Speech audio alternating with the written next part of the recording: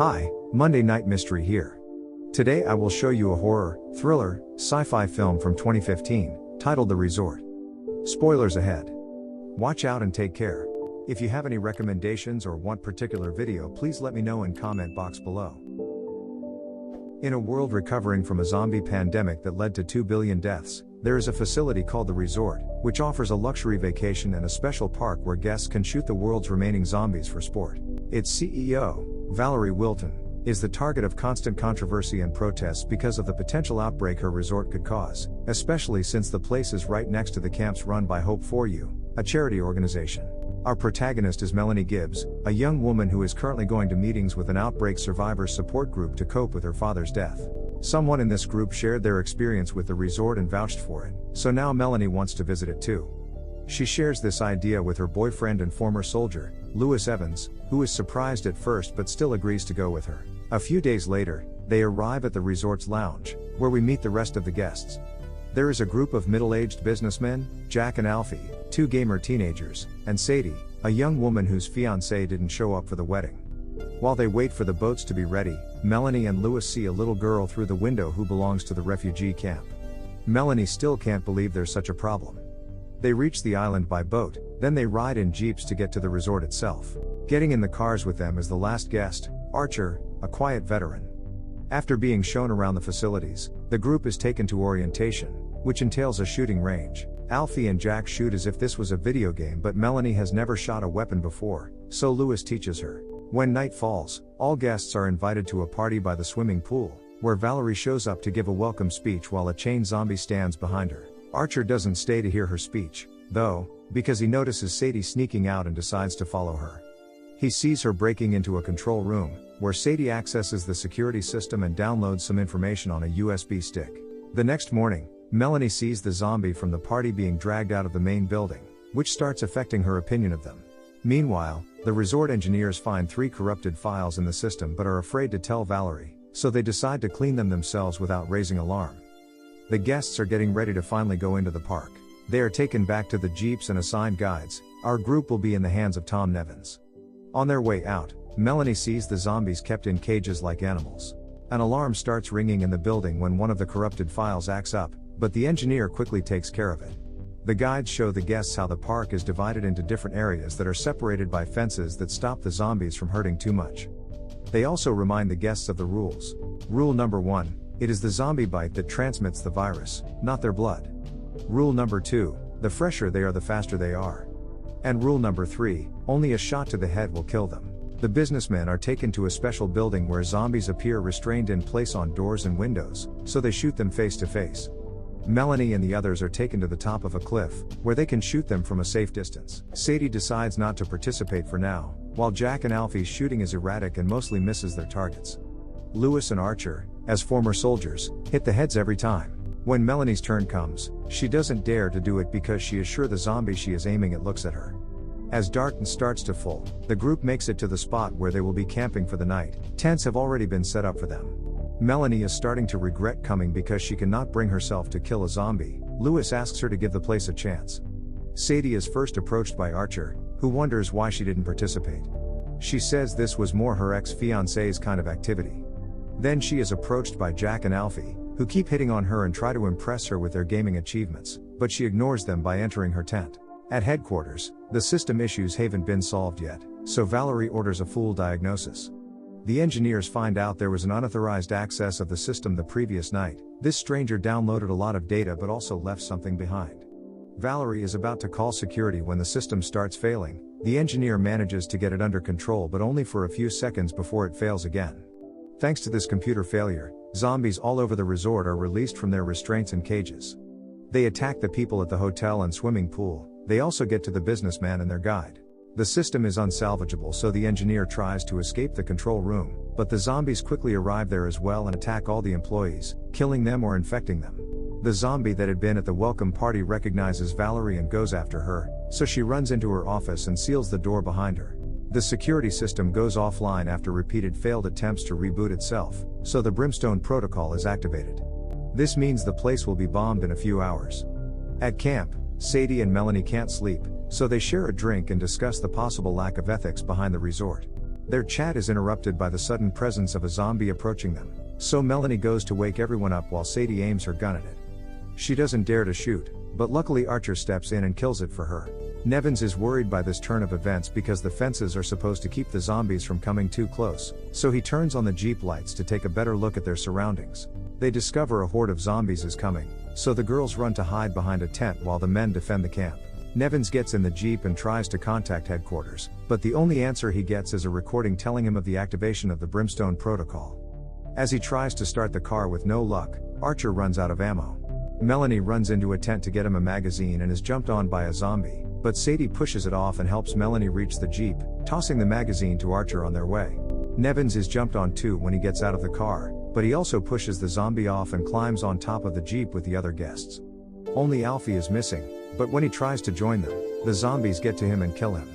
Archer tells everyone to hold their fire when the final zombie is taken care of. The group spends the night on top of the Jeep. As soon as the sun starts to rise, Archer does a recon of the area and decides it is safe enough for them to come down. Lewis thinks they should wait there to get rescued, but Nevins informs them that won't happen because the whole park is down and the Brimstone Protocol has been activated. Archer wants to leave to try to catch a boat and Nevins thinks it isn't possible for him to make it on time, but when Melanie mentions the possibility of a quicker road, Nevins retrieves a map of the park and finds a route that may help them save time.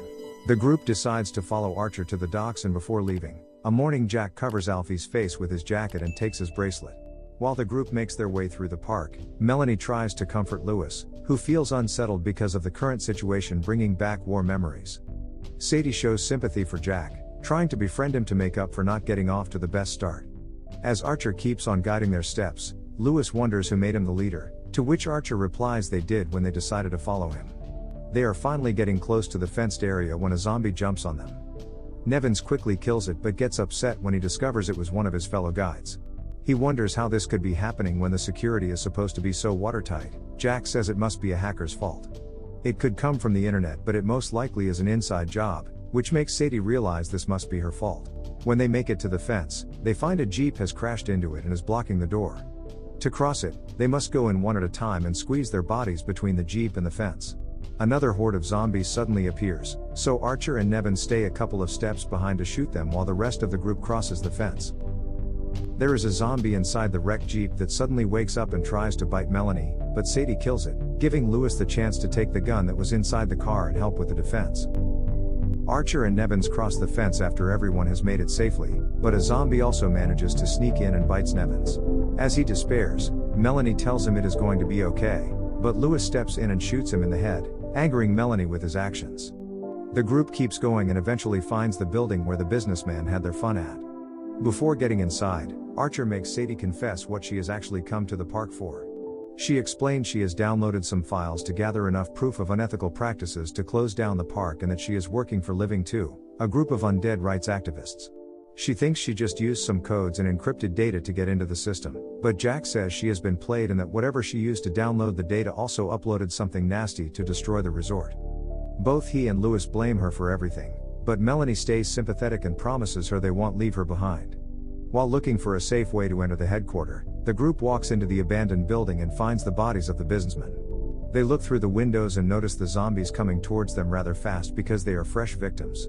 Melanie, Lewis, and Archie take a tunnel, but Sadie and Jack are not able to cross in time to join them before the zombies arrive, so they take the opposite direction and agree to meet at the exit. The trio comes out of the building without any trouble and Lewis is eager to leave, but Melanie stops him and asks him to wait for the other two. Sadie and Jack are being chased by the zombies, so they try to cross an empty room, where one zombie is still restrained. They believe it to be dead and walk in front of it, but the zombie wakes up and bites Sadie. This makes her decide to sacrifice herself as a distraction for Jack to escape. She gives him her USB stick before he runs away and the zombies take her. Jack rejoins the others while zombies chase him, so they hurry and cross a fence into a secure area, closing the doors behind them. When Melanie asks about Sadie, Jack's only answer is to give her the USB stick. With an hour left for the bombing to start, the four of them finally enter the resort building and choose to go into a dark room because it's the only door they can open. Inside, there are blood on the floor and railings similar to a cattle run which start shaking when the presence of zombies comes near. The group runs through the railings and makes it to an oven room with piping hot walls and a fence at the end of it that Archer needs to force open. They leave the oven and enter a normal room, wondering what all this means when a zombie jumps off the ceiling and attacks Jack. Archer kills it, but it is too late. Jack has been bitten. Upset and crying, Melanie has to look away while Archer kills him too. They leave the room and walk into an infirmary surrounded by the hoped-for tents. They realize then that the resort has been using the refugees to make more zombies, keeping them slow by aging them in the oven. There is sudden movement behind tent and the little girl Melanie saw when she arrived shows herself, but she is now a zombie.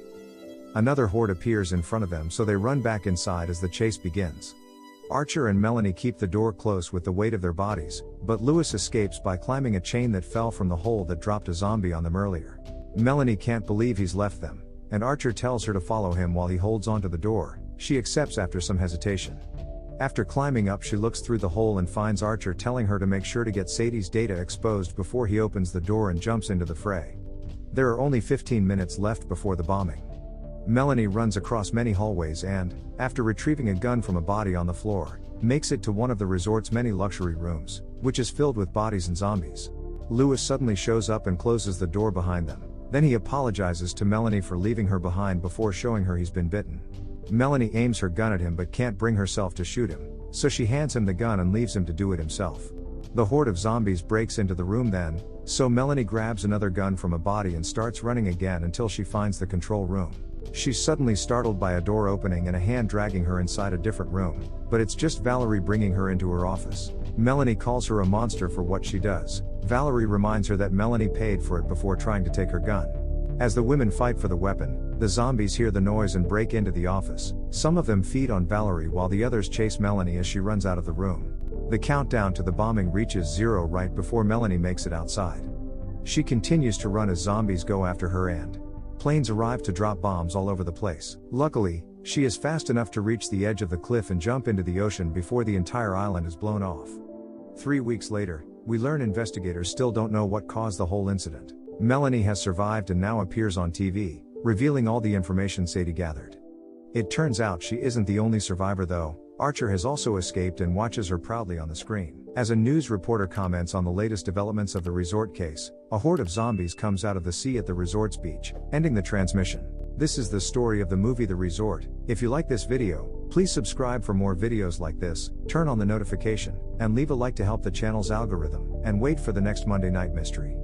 And thank you.